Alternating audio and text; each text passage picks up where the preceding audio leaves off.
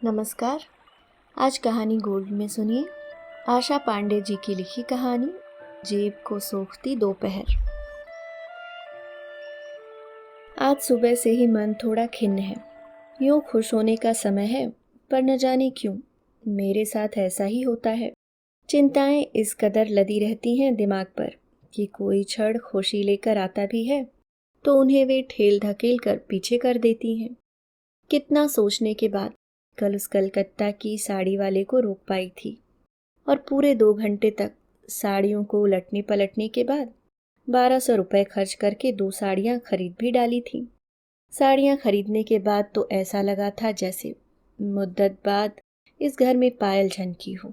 खुशी से लबालब मैं अपने घर में उड़ सी रही थी। पर यह क्या, आज फिर से पैसे को अनावश्यक खर्च कर देने की उसी चिंता ने मुझे धर दबोचा। कहाँ जाना रहता है मुझे, बाजार या फिर कभी किसी के घर मिलने मिलाने। क्या करूंगी इतनी महंगी साड़ियों का। इससे अच्छा तो घरेलू उपाय की कोई चीज ले लेती। मैं कोस रही थी उस क्षण को जब मिसेज गोडबोले से मेरी बातचीत इन फेरी वालों के बारे में हुई थी। दरअसल हुआ ये कि इधर कुछ दिनों से मैं महसूस कर रही थी कि हमारे अपार्टमेंट में फेरी वालों की आवक कुछ अधिक बढ़ी है और उसी हिसाब से महिलाओं की लगदग भी प्रशंसनीय है। जब देखो तब नई साड़ी में लिपटे दिख जाती हैं सब। एक मैं ही हूँ जो होली दिवाली में खरीदी गई साड़ी में ही हर दिन बाहर हुआती हूँ। बाकी सब तो लंबे अरसे तक एक साड़ी को दोहरा कर भी नहीं पहनती। मिसेस गोडबोले कह रही थी कि दोपहर का समय बहुत अच्छे से बीत जाता है इन फेरी वालों के साथ। तरह तरह की साड़ियाँ देखो, मोल भाव करो और उधारी में उठा लो। उधारी में? हाँ, फेरी वालों को हमें ग्राहक बनाना रहता है और हमें साड़ियाँ खरीदनी रहती हैं।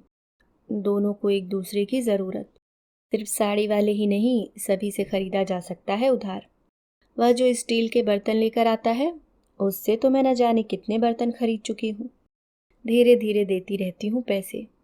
मंद मंद मुस्कुराते हुए मिसेस गोडबोले ने अपना गहरा तत्वज्ञान मुझे थमा दिया। मैं अचंभित। कितनी पागल हूँ मैं, किस दुनिया में रहती हूँ मैं। गृहस्थी चलाने का यह मंत्र अब तक मेरे हाथ में क्यों नहीं लग सका। बस पति की कम आमदनी का रोना रो रो कर हर चीज के लिए तरसती रही मैं। अभाव में कुढ़ने से तो यह तरीका कहीं बेहतर है। सच कहते हैं लोग, घर गृहस्थी चलाना भी एक कला है। मैं मन ही मन मिसेस गोडबोले की समझबूझ की कायल हो गई और अगले ही दिन साड़ी वाले को रोककर 2 साड़ियाँ खरीद भी डाली। महीने का शुरुआती दिन था, इसलिए पैसे भी नकद दे दिए। बस यही चूक हो गई। क्या करती, दिन दिन भर मारे मारे घूमते इन फेरी वालों को तुरंत पैसा न देकर बदरंग लौटा देना मुझे महा अपराध करने जैसा लगा था। 1200 रुपये की साड़ी बेचकर जो चमक उसके चेहरे पर आई थी, उसे मैं पैसा न देकर पोंछना नहीं चाहती थी। मैं पति का इंतजार करने लगी। साड़ियों के रंग, डिजाइन आदि के बारे में मैं पति की राय जानना चाहती थी। अपनी खुशी में उन्हें शामिल करना चाहती थी। किंतु शाम को जब पति ऑफिस से आए तब छलक छलक पड़ती। अपनी उस खुशी को उनके साथ न बांट सकी, डर गई।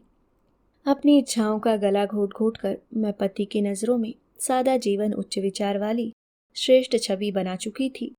अब साड़ियाँ दिखाकर कहीं उस छवि को खंडित न कर दूं।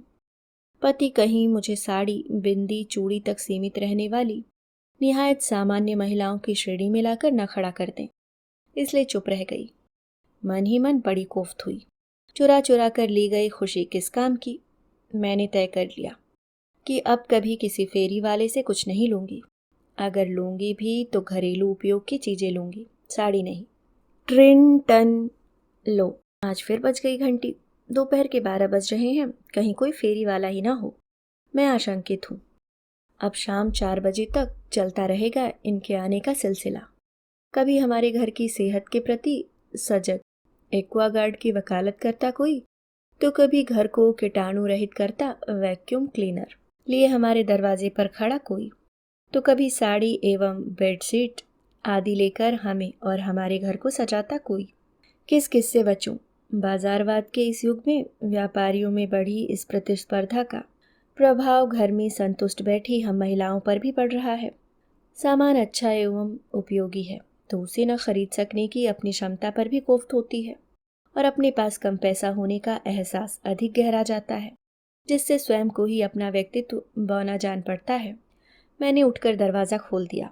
सामने 22 से 25 साल का एक लड़का, आत्मविश्वास से लबालब भरा हुआ, मुझे देखते ही झुककर अभिवादन किया। मैं उससे कुछ पूछती उसके पहले ही वह बोल पड़ा, बधाई हो मैम, आप बड़ी किस्मत वाली हैं। मैं आश्चर्य से उसे देखने लगी। यह कौन सा शुभ समाचार लेकर आया है? किसी ज्योतिषी या साधु संत जैसा भी तो नहीं दिख रहा है कि मेरा भविष्य पढ़ लिया हो। वह बोल रहा है, आपका घर हमारी गणना में तीसरा घर निकला। हर तीसरे घर को हम यानी हमारी कंपनी 250 रुपये का गिफ्ट आइटम दे रही है। आप उस गिफ्ट आइटम को पाने वाली सौभाग्यशाली महिला हैं।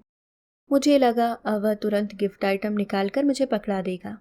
खुद के सौभाग्यशाली होने की एक हल्की सी खुशी मन में तैर गई। उसने एक पैकेट निकालते हुए आगे कहना शुरू किया, ये देखिए, हमारी कंपनी का यह प्रोडक्ट जो बाजार में 750 रुपये का है, वह आपको मात्र 500 रुपये का मिल जाएगा। और इसके साथ यह नाइफ सेट जिसकी कीमत बाजार में 250 रुपये है, आपको इस सेट को खरीदने के बाद गिफ्ट में दे दिया जाएगा। मैंने डिब्बे को ध्यान से देखा। स्टेनलेस स्टील के छोटे बड़े सभी तरह के लगभग 2 दर्जन चम्मचों का सेट, रंग बिरंगे प्लास्टिक कोडेड हैंडल। यूं तो अब मुझे समझ में आ गया कि यह व्यक्ति 250 रुपये के गिफ्ट की बात करके सीधा हमें बेवकूफ़ बना रहा है। सामान बेचने का यह इसका नया तरीका है। किंतु मेरा ग्राहक मन इन चमचमाते चम्मचों को देखकर लड़खड़ाने लगा। सही तो कह रहा है यह, बाजार में 500 रुपये में तो कभी भी नहीं मिलेंगे इतने चम्मच। अगर मिल भी जाएं तो भी बाजार आने जाने में जो किराया और समय खर्च होता है, उसकी तुलना में तो घर बैठे ये चम्मच सस्ते ही पड़ रहे हैं। उसे मेरी दुविधा समझ में आ गई। बोला, मैम मना मत करिए, घर आए ऑफर को ठुकराना समझदारी नहीं है। एक सेट रख लीजिए, सिर्फ 500 रुपये में इतने चम्मच और ये नाइफ सेट, घाटे का सौदा नहीं है मैम। लेकिन मुझे, नहीं मैम, आप ज़रा सोचिए, वैसे मेरे पास इसके अलावा भी बहुत सी उपयोगी चीज़ें हैं, पर गिफ्ट इसी पर है इसलिए मैंने पहले इसे ही दिखाया। अब लीजिए, दूसरे आइटम भी दिखाता हूँ। वह अपना बैग खोलने लगा। मैं घबरा गई, कहीं आज फिर न पैसे पर चूना लग जाए। मैंने पूरी ताकत से अपनी नकार दर्ज की। मुझे कुछ भी नहीं लेना है, तुम यहाँ से जाओ। देख तो लीजिए, लेना ना लेना तो बात की बात है। देखने में क्या लगता है मैम? नहीं, मेरे पास अभी समय भी नहीं है। तुम समझते क्यों नहीं? मुझे कुछ नहीं लेना है, प्लीज़ जाओ। कहते हुए मैं दरवाज़ा बंद करने लगी। प्लीज़ मैम, दरवाज़ा मत बंद करिए, बस 5 मिनट दे दीजिए बस। देखिए, आज दिन भर में कम से कम ऐसे 5 सेट बेचने हैं मुझे। सब कमीशन का मामला है। प्लीज़ मैम, मना मत करिए। जो दूसरी चीज़ें मेरे पास हैं वे इस स्पून सेट से अधिक अच्छी हैं। यह मेरी रोज़ी है, इसलिए आपके पीछे पड़ रहा हूँ। दरअसल इन दिनों पैसे की सख्त ज़रूरत है मुझे। उसके चेहरे का आत्मविश्वास डगमगाने लगा तथा आवाज़ दयनीय हो गई। मैं कुछ द्रवित होने लगी। बेचारे ये श्रम साधक दिन भर इस दरवाजे से उस दरवाजे तक भटकते हुए, मिन्नतें करते हुए, झिड़कियाँ खाते हुए, बस 2 पैसा कमाने की ही खातिर तो। मेरे मन में उथल पुथल मची है। लड़के का मासूम सा चेहरा मुझे चम्मचों को लेने के लिए बाध्य कर रहा है। सहसा मैं चौंकी। अभी 1 महीने पहले वह 12-13 साल का लड़का मुझे मेरी इसी कमजोरी के कारण ठग गया था। फिनाइल बेचने आया था। कह रहा था अपनी पढ़ाई जारी रखना चाहता हूँ, इसलिए अगली कक्षा की किताबों के लिए फिनाइल बेचकर पैसे इकट्ठा कर रहा हूँ। विपरीत परिस्थितियों में भी पढ़ने की उसकी ललक ने मुझे द्रवित कर दिया था। मैंने सोचा, आखिर तो घर में फिनाइल लगता ही है, क्यों न इसी से खरीद लिया जाए। 40 रुपये में 1 बोतल खरीद लिया था मैंने। लड़का खुश हुआ, पैसे लेकर नीचे उतर गया। घर में पति मौजूद थे। उन्होंने पूछा तो मैंने उस फिनाइल का दाम और लड़के की मजबूरी दोनों बता दी। सुनकर पति मुस्कुराए। 15 रुपये की बोतल तुम्हें 40 में थमा गया है वह। पति की बातें सुनकर मेरे चेहरे का रंग उड़ गया। बित्ता भर का लड़का, इतनी चालाकी। मैं झट बालकनी में आई। लड़का नीचे उतरकर कैंपस से बाहर निकलने के लिए गेट खोल रहा था। मैंने उसे आवाज़ देकर ऊपर बुलाया और पूछा, तुम्हें 1 बोतल फिनाइल बेच लेने पर कितना कमीशन मिलता है? न जाने मेरा प्रश्न अधिक धारदार था या मेरे चेहरे को पढ़ लेने की उसकी दृष्टि अधिक सशक्त थी। वह मेरे इस प्रश्न का कारण समझ गया तथा रुआसी आवाज़ में जवाब दिया, 5 रुपये। मैंने उससे 40 रुपये में से 5 रुपये काटकर 35 रुपये लौटाने को कहा तथा फिनाइल की बोतल भी उसे लौटा दी। वह सहमा सा फिनाइल की बोतल पकड़ लिया। मैंने अपना रोष व्यक्त किया, तुम पढ़ाई के नाम पर बेईमानी करते हो, अभी से इतना झूठ। मुझे तुम्हारा फिनाइल नहीं लेना है। 5 रुपये तो मैं इसलिए तुम्हें दे रही हूँ कि तुमने मुझसे पुस्तक खरीदने की बात कर दी थी। दूसरी घटना जो मेरे साथ घटी उसने तो मेरी संवेदना को पूरा का पूरा ठग लिया था। हुआ यूं कि एक दिन सुबह 11 बजे के करीब 2 लड़के जो दिखने में सभ्य सुसंस्कृत लग रहे थे मेरे घर का दरवाज़ा खटखटाए। जब मैंने दरवाज़ा खोला तो उनमें से एक ने बड़ी दुख भरी आवाज़ में मुझसे कहा, दीदी मेरी बुआ के लड़के की किडनी खराब हो गई है, वह मुंबई में इलाज के लिए एडमिट है। 15 दिन बाद किडनी का ट्रांसप्लांटेशन होगा। 2.5 से 3 लाख रुपए की व्यवस्था हम नाते रिश्तेदारों ने मिलकर कर ली है। बाकी पैसों की व्यवस्था के लिए हम घूम घूम कर चंदा मांगकर इकट्ठा कर रहे हैं। यह देखिए, इस फाइल में सारी रिपोर्ट है और इस रजिस्टर में दानदाताओं के नाम। उसने हाथ आगे बढ़ाकर मुझे रजिस्टर पकड़ा दिया। मैं फाइल और रजिस्टर के हर पन्ने को उलट रही थी, पर मुझे वहाँ किसी प्रकार की डॉक्टरी रिपोर्ट की बजाय अपनी माँ का चेहरा नजर आ रहा था। 13 साल पहले किडनी खराब होने से ही माँ हमें छोड़ गई थी। किडनी खराब होना कोई मामूली बीमारी नहीं होती। मैं काँप गई थी। 13 साल पहले जैसे काँपी थी, ठीक वैसे ही, बल्कि उससे अधिक।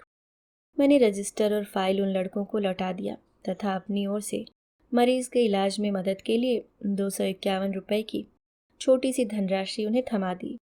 इस बीच वे दोनों लड़के अपना पता भी लिखकर मुझे दे दिए। जाते जाते उन्होंने इतना और कह दिया कि आपके घर में केबल कनेक्शन हो तो परसों टीवी पर देखिएगा। शाम को 7:30 बजे स्थानीय चैनल से यह खबर प्रसारित की जाएगी। टीवी में देखकर शायद कुछ और हाथ मदद के लिए आगे बढ़े। मेरे लिए उन्होंने शंका की कोई गुंजाइश नहीं छोड़ी थी। किडनी की बीमारी सुनकर मेरे मन में शंका कुशंका आ भी नहीं सकती थी। मेरा दिमाग कुंद हो गया। दिल में भाव ऐसे झरने लगे कि अगर मेरी आर्थिक स्थिति मजबूत रही होती तब मैंने एक मोटी रकम उन लड़कों को दे डाली होती। इतनी बड़ी बीमारी के इलाज में अपने इस तुच्छ सहयोग से व्यथित मेरा मन एकदम सुन्न हो गया। जब शाम को मैंने सुना कि वे दोनों ठग थे, शहर में कई अन्य लोगों को भी उन्होंने ठग लिया था, मैं हतप्रभ थी। मन में बसे उन दोनों लड़कों के चेहरे को किसी ठग से जोड़ने का प्रयास करने लगी, किंतु मेरा मन यह मानने को तैयार नहीं था कि वे पढ़े लिखे सभ्य से दिखने वाले लड़के अपने सगे संबंधी के मौत का डर बताकर भिखमंगों की तरह हमें ठग लेंगे। जब तक यह खबर पूरे शहर में फैली वो दोनों शहर छोड़कर चंपत हो गए थे।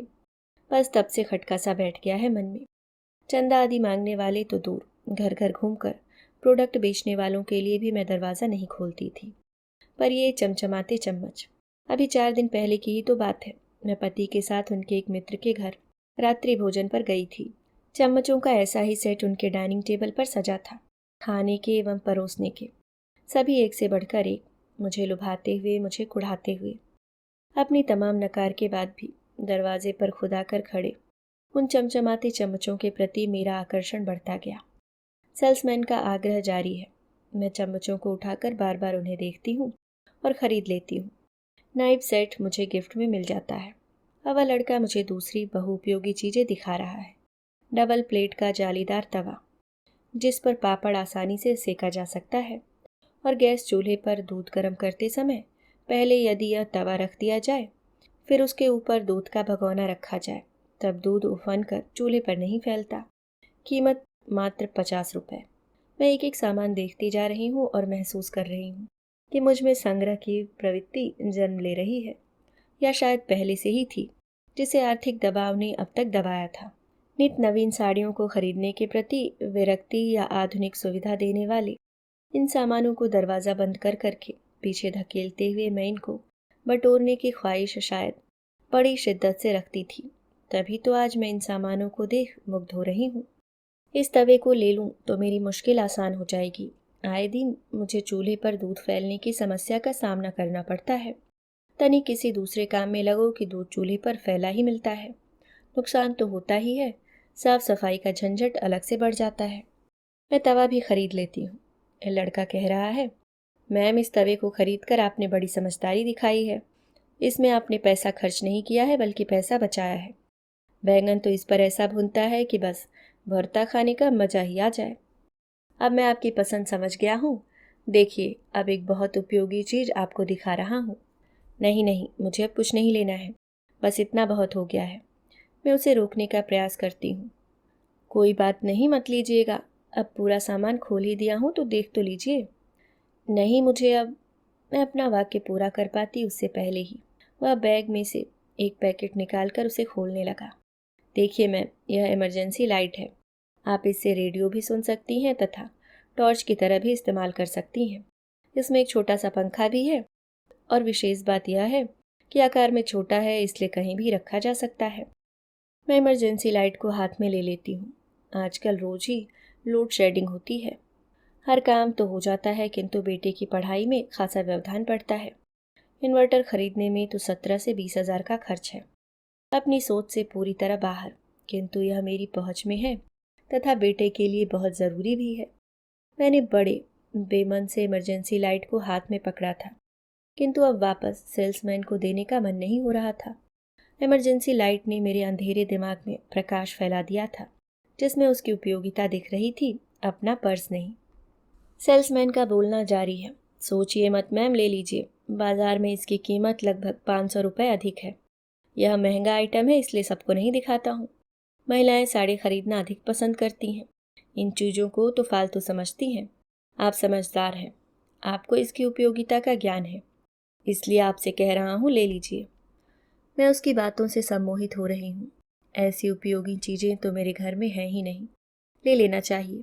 बड़े संकोच में दबी जुबान से मैं उससे उधार की बात करती हूँ, किंतु वह उधार देने में असमर्थ है। इमरजेंसी लाइट मेरे दिमाग में छा गई है।